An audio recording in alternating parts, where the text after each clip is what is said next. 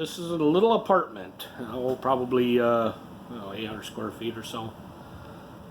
Person thought they were going to do the owner of this apartment a favor and claims he can hang drywall. And this is what they got. First of all this drywall that's been hung, most of it's ruined. It's got to come back down. Why? Because it's not done right.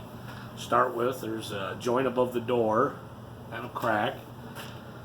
And we got the joint, for some reason, here next to the window, goes all the way down. We call that a common joint above the box. That makes it harder to finish. You don't common joint drywall. It's got to be staggered. Also, you can see hung the walls first and then the ceiling later. It's not how it's done. Screws are sticking out everywhere. Screws looks like almost use deck screws. Drywall screws are different. They sink into the paper. They're tapered. There's not enough screws in here. All this drywall sagging. It's got to come back down.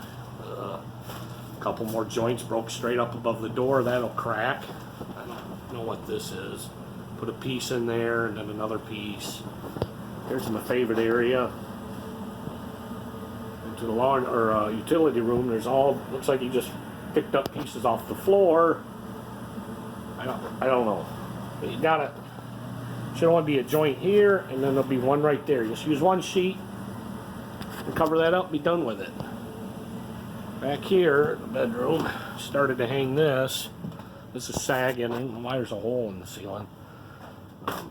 Took time to cut out that box out of this little rip. Why not just put a full sheet up there and cut it out right? This all got to come down. Should have used 12-foot sheets in here.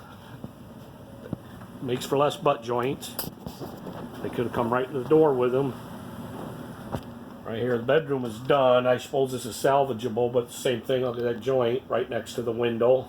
Should have been broke above the window.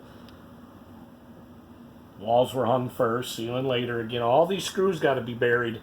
And now whoever has to come in here and finish hanging this, when they screw that off, they don't know what's behind this drywall. There could be pipes like that, electrical lines, so there's a chance that they could hit a water line or something. If a person's hanging the drywall themselves, they're conscious of what's behind the sheetrock when they hang it. So now when they got to come in here and try to finish screwing all this off, who knows what's behind the walls? It's all got to come down. So for you do-it-yourselfers think you're just going to spend a weekend hanging sheetrock, you might want to call an expert.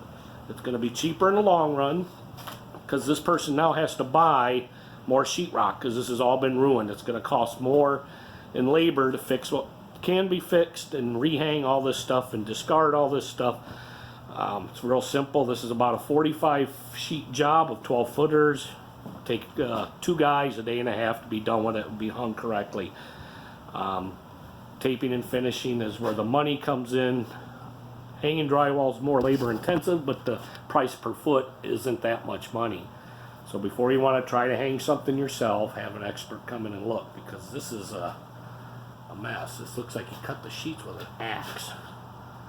This is common jointed, as they say. That's a no-no. Everything's got to be staggered. Now this will show. There'll be a big bow in the middle of the living room. The first thing you'll see when you come in. I mean, come on, people.